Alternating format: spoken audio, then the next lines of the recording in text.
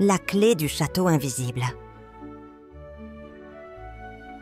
Il était une fois un petit garçon nommé Léo, curieux de tout et avide d'aventure. Il vivait dans une charmante maison aux abords d'une vaste forêt, où il aimait explorer chaque recoin. Un matin ensoleillé, alors qu'il jouait dans le jardin, son pied buta contre quelque chose de dur, caché sous un tapis de feuilles dorées. Intrigué, il se pencha et gratta la terre du bout des doigts. « Oh, qu'est-ce que c'est ?» s'exclama-t-il en découvrant un objet brillant. Il dégagea délicatement ce qu'il venait de trouver et sentit son cœur bondir d'excitation. Dans sa main, il tenait une clé dorée, légèrement ornée de motifs étranges et scintillant faiblement sous la lumière du jour. Elle semblait ancienne, presque magique. « Une clé ? Mais il n'y a pas de serrure ici, » murmura-t-il en la retournant entre ses doigts. Curieux, il la leva devant lui et observa son éclat mystérieux. Puis, sans trop savoir pourquoi, il eut une soudaine envie de la tourner dans les airs. À peine eut-il accompli ce geste qu'un souffle léger s'éleva autour de lui, comme si le vent venait de répondre à son appel. Soudain, un frisson parcourut son dos. Devant ses yeux ébahis, quelque chose commença à s'apparaître, comme si le monde se plissait et se déchirait doucement. D'abord flou, puis de plus en plus net. Un immense château aux tours élancées et aux murs de pierre translucides se révéla. Léo recula d'un pas, la bouche entr'ouverte. Mais c'est impossible. Le château flottait à quelques mètres du sol, baigné dans une étrange lueur dorée. Ses grandes portes sculptées, invisibles quelques instants plus tôt, se tenaient désormais devant lui, immenses et imposantes. Sans même qu'il ne les touche, elles s'ouvrirent lentement dans un grincement mystérieux. Le petit garçon sentit son cœur tambouriner dans sa poitrine. Devait-il entrer ? Était-ce un piège ou une invitation ? Mais l'excitation de l'aventure l'emporta sur la peur. Serrant la clé dans sa main, il franchit le seuil du château invisible. À peine eut-il posé le pied à l'intérieur qu'une brise légère souleva doucement ses cheveux. Il se trouvait dans un immense hall, dont le sol scintillait comme un miroir d'or liquide. Les murs étaient décorés de fresques mouvantes qui racontaient des histoires fantastiques.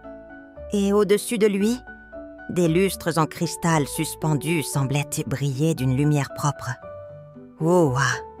souffla-t-il émerveillé. Il avança prudemment, observant chaque détail.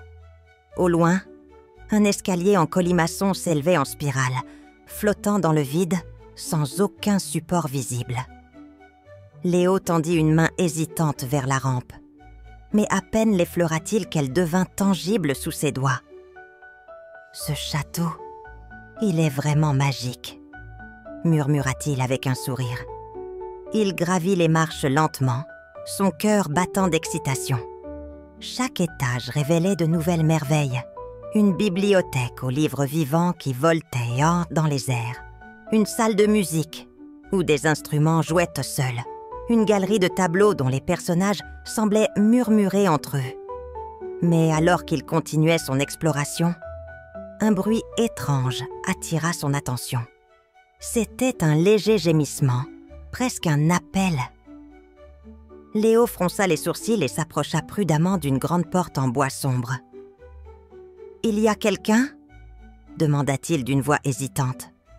Un silence répondit, puis le gémissement se fit de nouveau entendre, plus distinct cette fois. Léo posa une main sur la porte et, sans effort, elle s'ouvrit d'elle-même.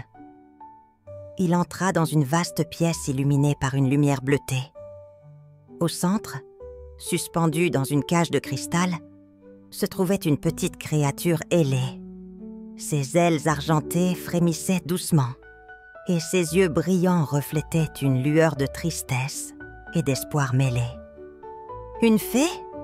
chuchota Léo émerveillé. La créature tourna son regard vers lui, et un faible sourire éclaira son visage délicat. « Toi, tu es venu ?» dit-elle d'une voix douce mais affaiblie. Léo s'approcha, sentant une étrange connexion avec elle. « Qui t'a enfermé ici? Comment puis-je t'aider ?» demanda-t-il. La fée soupira. « Ce château est rempli de magie, mais aussi de secrets, » dit-elle. « Une énigme protège ma prison. Seul celui qui la résoudra pourra briser la cage. » Léo serra la clé dorée dans sa main. Il savait qu'il venait de se lancer dans une aventure plus grande qu'il ne l'avait imaginée. Il ignorait encore quel mystère il devait résoudre. Mais une chose était sûre, il ne repartirait pas sans aider cette fée. Et ainsi, sa quête commença. Léo fixait la fée prisonnière avec une détermination nouvelle. Son cœur battait fort alors qu'il s'approchait de la cage de cristal. Il tendit la main pour la toucher, mais un courant d'énergie traversa ses doigts et le fit reculer. « Aïe !» s'exclama-t-il en secouant sa main. La fée le regarda avec tristesse. « Ce cristal est protégé par un ancien enchantement, » murmura-t-elle. « Seule une énigme peut le briser. » Léo fronça les sourcils. « Quelle énigme ?» La fée agita doucement ses ailes translucides et une lumière dorée scintilla autour d'elle. Je ne peux pas la réciter moi-même, mais elle est cachée quelque part dans le château. Seul un esprit curieux et courageux peut la trouver. Léo hocha la tête. Il ne savait pas exactement ce qui l'attendait, mais il était prêt à explorer chaque recoin de cet endroit magique. « Ne t'inquiète pas, je vais trouver cette énigme et te libérer. » Il tourna les talons et se précipita hors de la pièce. Le château était immense, rempli de salles mystérieuses et enchantées.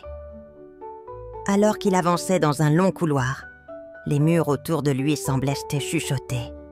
« Où dois-je chercher ?» pensa-t-il à voix haute. Il s'arrêta devant une immense porte dorée, sur laquelle était gravée une plume et un parchemin. Intrigué, il poussa doucement la porte et découvrit une bibliothèque gigantesque. Des milliers de livres flottaient dans les airs, tournant lentement sur eux-mêmes. Waouh! Il s'avança prudemment, observant les ouvrages qui semblaient bouger à leur propre volonté. Soudain, un livre descendit du plafond et se posa sur une table devant lui. Sa couverture était en cuir ancien et des lettres brillantes apparaissaient lentement dessus. Celui qui veut briser le cristal doit remonter le temps. Mais attention, une seule chance lui sera donnée. Léo fronça les sourcils. Remonter le temps? Mais comment? Il feuilleta rapidement le livre, espérant trouver une explication. Mais les pages étaient vides après cette phrase. Il regarda autour de lui et remarqua une vieille horloge au fond de la pièce. Elle était couverte de poussière et semblait figée à minuit pile. Peut-être que l'énigme parle de cette horloge.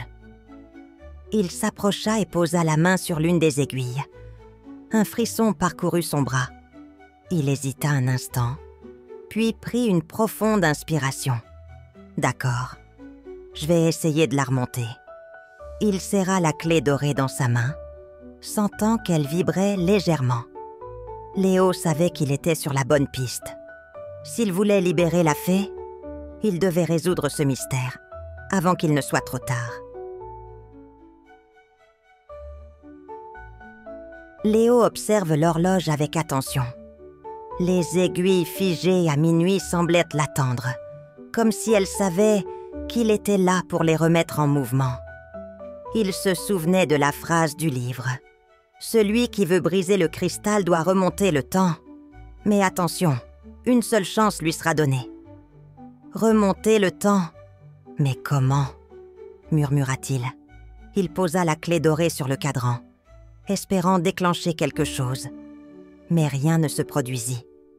Il réfléchit un instant, puis, avec précaution, saisit la grande aiguille de l'horloge et la tourna lentement dans le sens inverse des aiguilles d'une montre.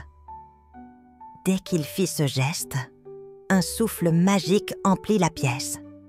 Le sol trembla légèrement et les livres flottants commencèrent à tourner plus vite. Léo sentit l'air vibrer autour de lui. « Ça fonctionne !» s'exclama-t-elle. Mais soudain, une voix grave résonna dans la bibliothèque. « Une seule chance, Byokuy, petit humain. Si tu échoues, le temps restera figé pour toujours. » Léo frissonna. Il comprit qu'il devait trouver le bon moment à faire revenir. Mais lequel ? Il se concentra et pensa à la fée. Depuis combien de temps était-elle enfermée ? Peut-être que je dois revenir au moment où la cage a été créée. Il tourna l'aiguille encore un peu plus en arrière.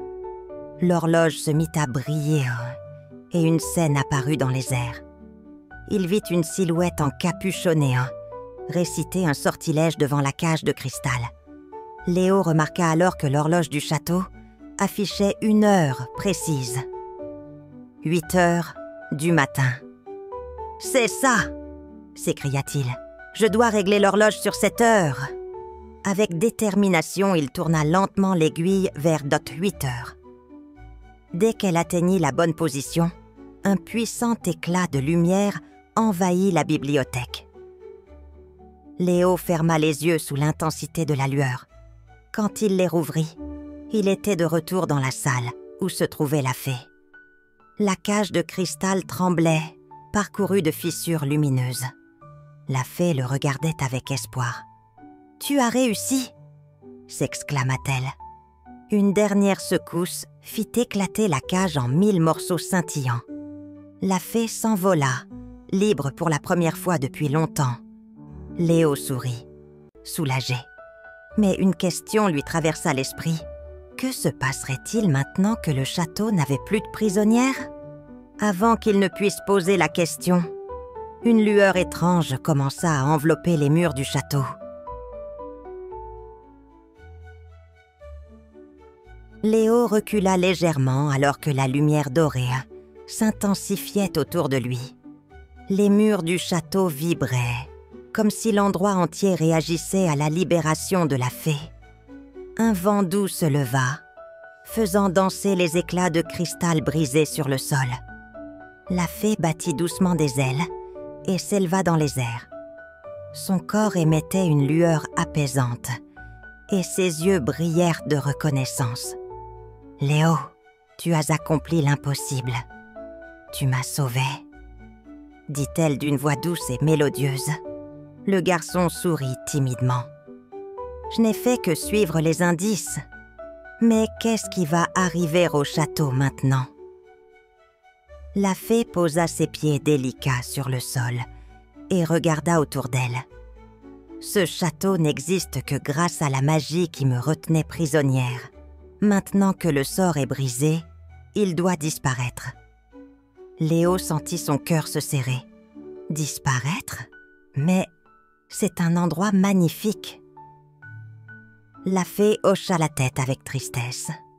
« La beauté de ce château était une illusion emprisonnant mon âme.